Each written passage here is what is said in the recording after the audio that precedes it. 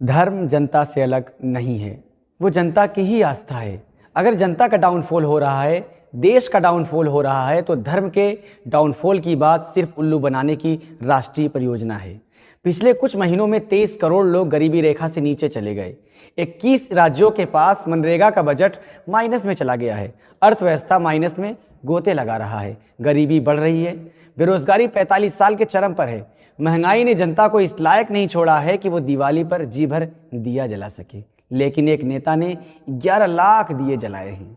जनता को इस लायक नहीं छोड़ा कि वो आराम से अपना रुद्राभिषेक यानी पेट पूजा कर सके, लेकिन एक नेताजी रुद्राभिषेक कर रहे हैं। वे कुछ योजनाओं का उद्घाटन, शंकराचार्य की मूर्ति का अनावरण और धर्म आस्था की खिचड़ी पका रहे हैं। उन्हें जनता ने देश सेवा के लिए चुना, लेकिन वे इसमें बुरी तरह नाकाम हैं। इसलिए धर्म को ढाल बना रहे हैं। वो पुजारियों और संतों का चोला ओढ़कर आपसे कहना चाहते हैं कि हमारी नाकामी पर बात मत कीजिए, इस पर बात कीजिए कि मैं कितना बड़ा भक्त हूँ। वो अपनी आस्था के लिए ऐसा नहीं करते। वे भगवान भोलेनाथ के धाम में मंदिर के अंदर भी कैमरा लेकर जाते हैं। वे एकांत गुफा में भी कैमरा लेकर जाते हैं। उसका प्रसारण होता है ताकि दुनिया को दिखा सके। कहा जा रहा है कि धर्म का उत्थान हो रहा है। धर्म का उत्थान तो इसमें होगा कि आम जनता भी जब चाहे केदारनाथ धाम जाकर रुद्राभिषेक कर सके। वे जनता को अपंग बना रहे हैं। अपनी तानाशाही को जनता पर थोप कर दावा कर रहे हैं कि धर्म का और हिंदुओं का डाउनफॉल हो रहा है। वे अपनी आस्था के लिए ऐसा करते तो कोई दिक्कत नहीं थी। वे मंदिर में कैमरा ले जाकर पूजा भी आपको उल्लू बनाने के लिए कर रहे हैं, ताकि आपको लगे कि वे बड़े धार्मिक हैं। वे आप जैसे हैं, वे सच्चे हिंदू हैं। उनकी ड्यूटी क्या है? अपने को सच्चा हिंदू साबित करना या देश को प्रगति के रास्ते पर लाना। पिछले 2 साल में आर्थिक हालात सुधारने के क्या उपाय हुए?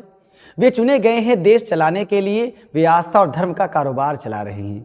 इसी तरह एक दिल्ली वाले भूतपूर्व क्रांतिकारी सर जी हैं, कहते हैं कि मैं सत्ता में आऊंगा तो सबको 4 धाम यात्रा कराऊंगा।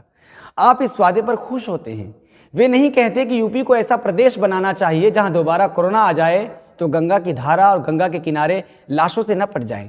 वे ऐसा इसलिए कर रहे हैं क्योंकि उन्हें भरोसा है कि हम सब धर्म के नाम पर ठगे जा सकते हैं। सोचिए कि मैं नौकरी करता हूँ।